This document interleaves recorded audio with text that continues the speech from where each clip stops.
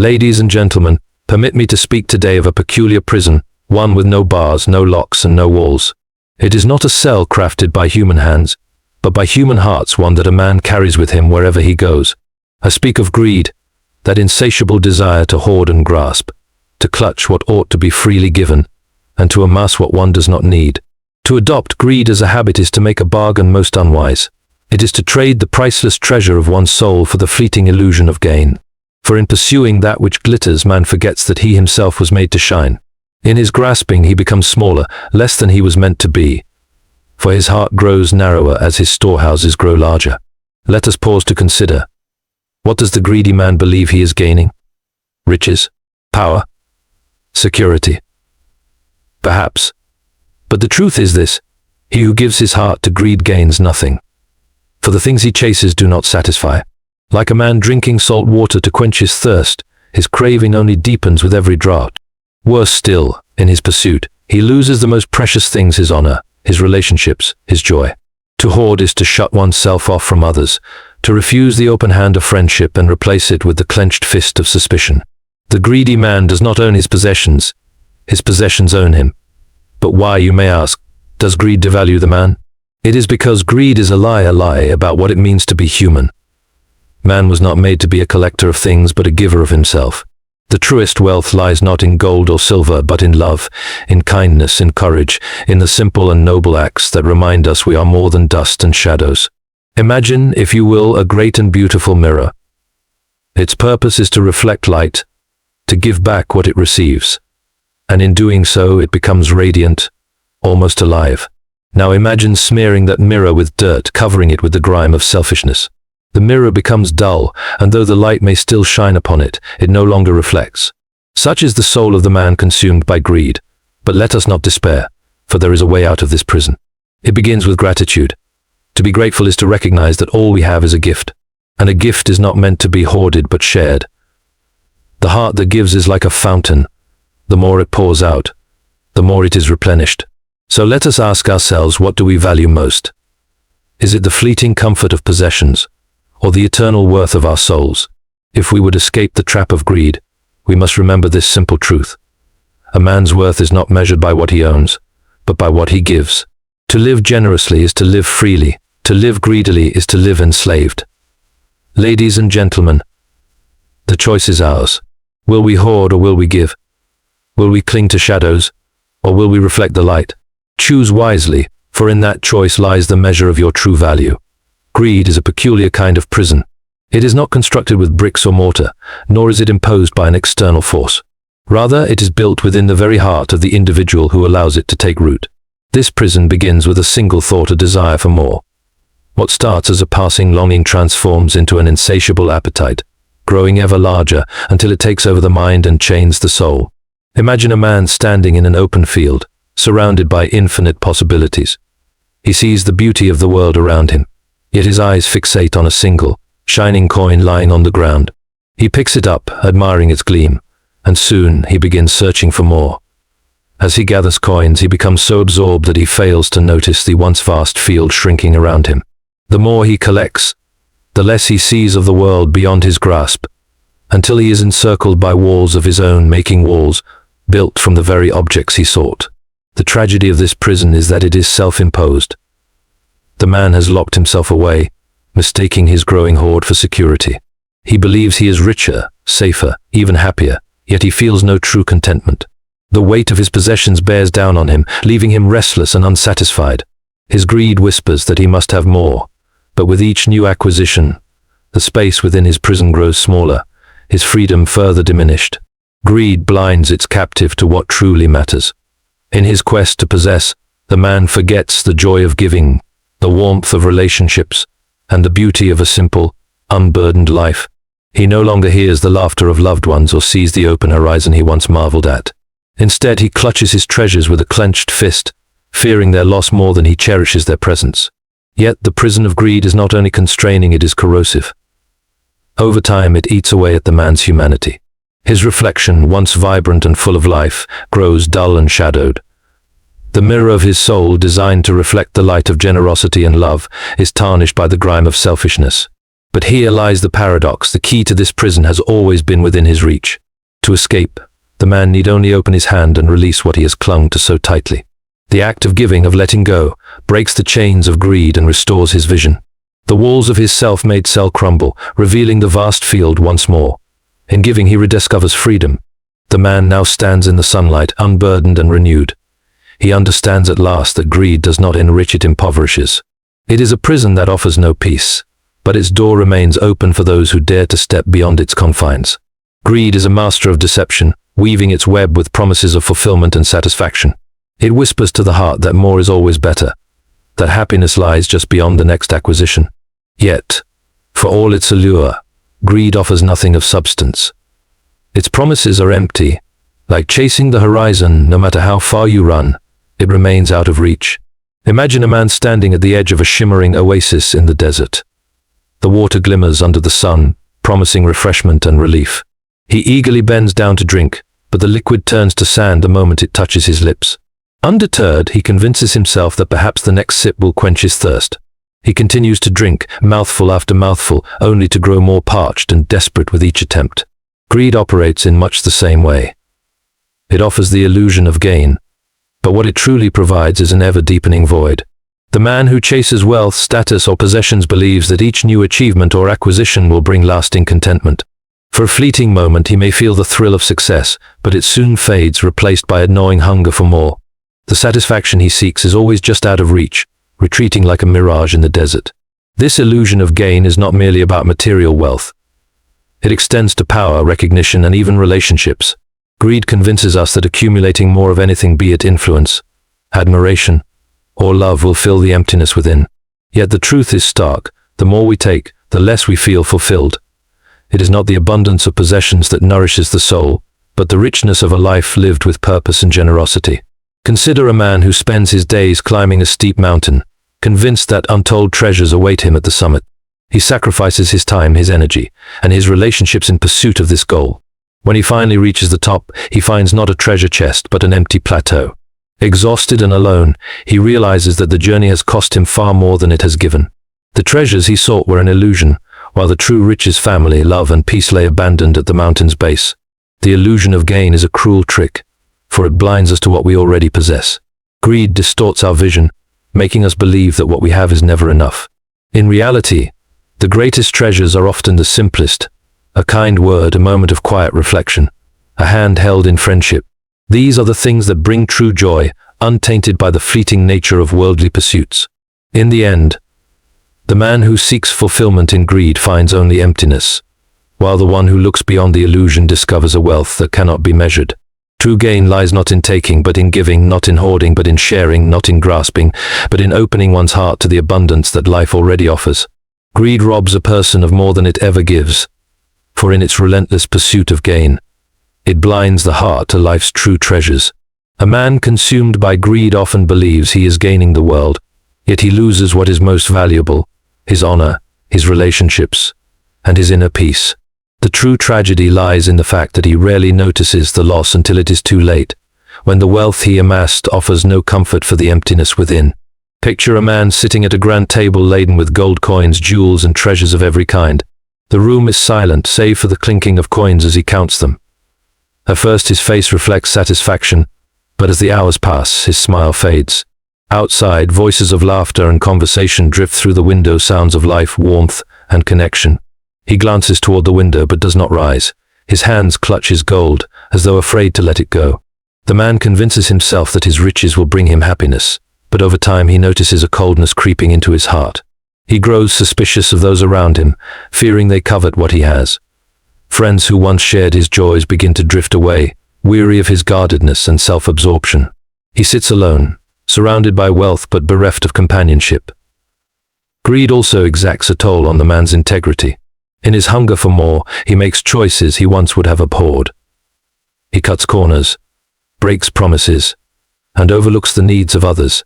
What once were small compromises become habitual, until his moral compass is so dulled that he can no longer discern right from wrong. He believes he is climbing higher, but with each step, he sinks deeper into a pit of isolation and discontent. Now imagine this man standing before a mirror. He expects to see the person he once was confident, vibrant, full of dreams, but the reflection staring back is hollow and weary. His face is lined with worry, his eyes shadowed by regret. He realizes that the wealth he worked so hard to gain has cost him the very things that gave life meaning. The loss of true value is subtle but devastating. Greed distracts us from the beauty of everyday moments, the laughter of a child, the comfort of a friend, the satisfaction of honest work. It replaces these with a restless craving for more, a craving that cannot be satisfied. But even for the man consumed by greed, redemption is possible. It begins with a single act of letting go, willingness to release what he has hoarded, and to see the worth of what he has ignored. In giving, he may rediscover the joy of connection, the warmth of love, and the peace of a life lived with purpose. For the greatest treasures are not those that can be held in the hand, but those that fill the heart. Greed is a force that erodes the essence of what it means to be human. At its heart, humanity is defined by qualities like love, empathy, generosity, and the capacity to connect with others. Greed, however, works to strip these virtues away, reducing a person to a shadow of their true self. By fixating on acquisition and self-interest, the greedy individual sacrifices the very traits that make life rich and meaningful. Picture a child holding a small but beautiful flower in a vast meadow. The child marvels at its simplicity, its vivid colors, and delicate fragrance. But then a voice within whispers, "What if there are more? What if others have better ones?" The child begins to pluck more flowers faster and faster until their hands are full. In their haste, they fail to notice that the flowers are wilting, the meadow is trampled, and the joy of that first discovery is lost. Greed reduces people to mere collectors of things. The pursuit of possessions, wealth, or power becomes an end in itself, overshadowing the beauty of shared experiences and genuine connections. The greedy man no longer sees people as companions or equals, he sees them as competitors, obstacles, or tools to achieve his desires. The warmth of friendship and the bonds of love fade, replaced by suspicion and isolation. Imagine a man seated on a throne of gold, his crown glittering with jewels. His posture is stiff, his gaze hard. Around him, the room is silent, empty, but for the treasures he has hoarded. His face shows no joy, only the grim determination to protect what he has acquired. The crown weighs heavy on his head, not with honor, but with the burden of loneliness. As greed tightens its grip, it corrodes not only relationships but the individual's sense of self. To pursue wealth or power at all costs, one must often compromise integrity and suppress empathy. The greedy person makes decisions that harm others, justifying their actions as necessary or deserved. Yet, with each step down this path, they move further from the person they were meant to be. They lose sight of kindness, humility, and the quiet courage that defines true humanity. Now, imagine the same man, years later, standing before a vast, empty field. The throne is gone, the treasures scattered, the room deserted. He looks at his hands, once full, now empty. In the silence, he hears the echo of laughter and voices memories of the connections he sacrificed. A tear falls, and for the first time, he realizes the depth of what he has lost. But there is hope, even for the one devalued by greed. Redemption begins when the person acknowledges their emptiness and turns outward. By letting go of the need to hoard, by giving and serving others, they rediscover their humanity. They find that life's true riches are not in what they possess but in the love they share, the kindness they offer, and the community they build. Gratitude is the quiet yet powerful force that stands in opposition to greed. Where greed demands more, gratitude sees abundance in what already exists. It opens the heart to joy and reminds us of the countless blessings we often overlook. In a world driven by the relentless pursuit of more, gratitude teaches us to pause, reflect, and cherish the beauty of what we already have. Imagine a woman standing in a modest garden. The plants are simple, the flowers not extravagant, but her eyes shine with delight as she runs her fingers over the soft petals. She kneels to tend the soil, her heart swelling with thankfulness for the life she nurtures. She is not focused on what the garden lacks, but on the miracle of what it provides, a small sanctuary, a place of peace and growth. Gratitude shifts our perspective. Instead of fixating on what we lack, it allows us to see the richness of the present moment. Consider a man sitting at his dinner table. The meal before him is humble bread, a bowl of soup, but as he bows his head in thanks, the simplicity becomes a feast. His heart is light, because he understands that the value of life is not measured by extravagance, but by the blessings, however small, that sustain him. Now contrast this with greed. Greed blinds us to the gifts in front of us, making us believe that joy lies elsewhere just beyond reach. It is an endless pursuit, while gratitude is a peaceful presence. A grateful heart is not distracted by what it does not have. Instead, it finds fulfillment in every moment, in every gift, however modest. Picture a child handing a single flower to an elderly man. The man smiles, his weathered face lighting up as though he has been given a great treasure. Gratitude transforms even the smallest gestures into profound blessings. It creates connections, strengthens relationships, and fosters a spirit of generosity that enriches both giver and receiver. Gratitude is also a teacher. It reminds us that we are not self-sufficient, that much of what we have comes from the efforts and kindness of others.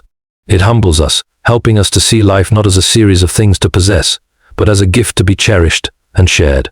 The man who is grateful understands that his worth is not determined by how much he owns, but by how much he appreciates and gives back. The practice of gratitude does more than counter greed, it replaces it. Where greed isolates, gratitude connects. Where greed leaves us restless, gratitude brings peace. Where greed diminishes, gratitude restores. To live with a grateful heart is to live richly, no matter how much or how little we have. True wealth cannot be counted in coins or measured in possessions. It lies in the intangible treasures of life, love, connection, purpose, and the simple joys that enrich the soul. Those who chase material wealth often miss this truth, believing that their worth is tied to what they own.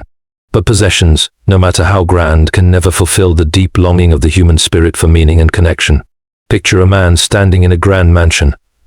The walls are adorned with priceless art, the floors gleam with marble, and every corner speaks of opulence. Yet, the man's expression is hollow. He stands alone, the vast rooms echoing with silence. Despite his material riches, he feels an emptiness he cannot name. In contrast, imagine a woman sitting beneath a tree in a sunlit park. She has no wealth to boast of, just a simple meal in her basket and a child laughing beside her. Yet, her heart is full. The child's laughter, the rustling leaves, the warmth of the sun, these are her treasures. They bring a joy that no amount of money could ever buy. True wealth lies in relationships and the moments we share with others. It is found in the smile of a loved one, the comfort of a friend's embrace, and the satisfaction of helping someone in need. Material possessions may provide temporary pleasure, but they cannot replicate the depth of human connection. A man who measures his wealth in dollars may find himself poor in companionship, while a person rich in love and kindness lives in abundance.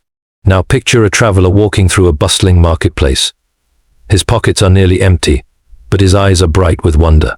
He greets the shopkeepers, shares a laugh with strangers, and marvels at the vibrancy of life around him. He is not weighed down by the need to acquire, but is uplifted by the experiences he gathers along the way. True wealth also lies in the contentment of the heart. A person who finds joy in small things, a bird's song, a kind word, a moment of stillness, is richer than one who constantly craves more. Greed chains us to dissatisfaction, while gratitude sets us free. Imagine an elderly woman tending a small garden. Her hands are weathered, her tools simple, yet the flowers she grows bring her immense joy. Her wealth is not in gold, but in the life she cultivates, the peace she feels in the earth beneath her fingers, and the beauty she shares with others. The truth is simple yet profound. Material possessions are fleeting. They can be lost, stolen, or left behind. True wealth, however, is eternal. It lives in the love we give and receive, the memories we create, and the legacy of kindness we leave behind. To seek wealth beyond material possessions is to discover the richest life of all.